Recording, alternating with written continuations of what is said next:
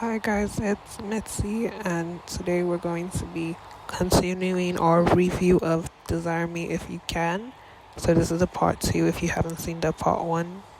What the hell are you waiting for? Anyways, when we were reviewing, we kind of just stopped where the fortune teller pulled out a card and she was like, oh, something very terrifying is about to happen.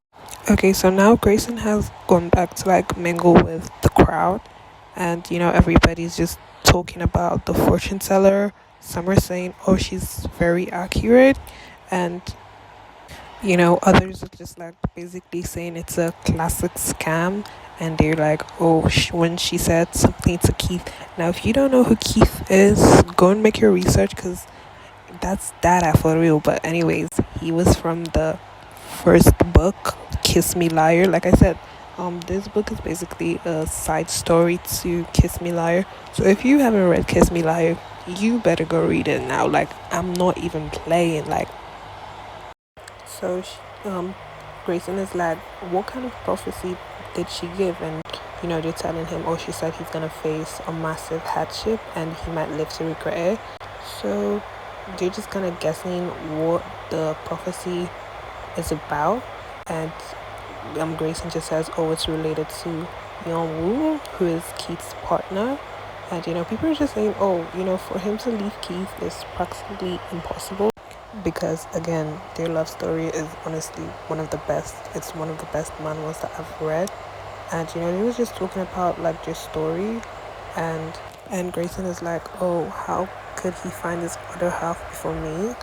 And they're just giving us intel into how Grayson really wants to find his fated partner, and how he's going to so many fortune tellers asking them the same question over and over again. And he's spending so much money and taking up very odd jobs, and he's vanishing immediately he finds out that, oh, this person isn't my fated partner. And he's basically a playboy, and how so many people in his life were basically taking the blame for him, and people couldn't really resist him because he was a great actor. He's just basically a playboy, and he's just like, oh wow, God is so indifferent because Keith was able to find his fated partner before him. So the person by his side is basically asking him, oh, you haven't given up? And he's like, no, he's gonna go look for them. And he's just thinking of, oh, they're wearing a uniform, because the fortune teller did say they were wearing a uniform. And the people by his side are basically his twinks, and they're asking, oh, if he does find his partner, is he gonna stop releasing pheromones? And they were just seeing how Grayson is a hyper alpha, and just learning a lot of things about them and how they have to release their pheromones. I feel like you guys understand just basically Omega verse things.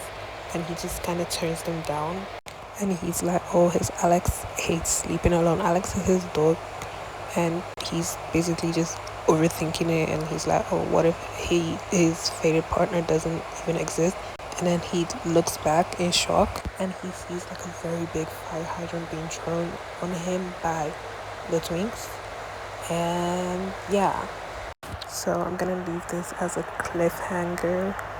Subscribe for part 3 if you want to see where this manga goes, or just kind of read it on any site. If you guys want manhwa sites, I can recommend some for you, so just let me know in the comments. And don't forget to subscribe. I shall see you all in my next video. Bye.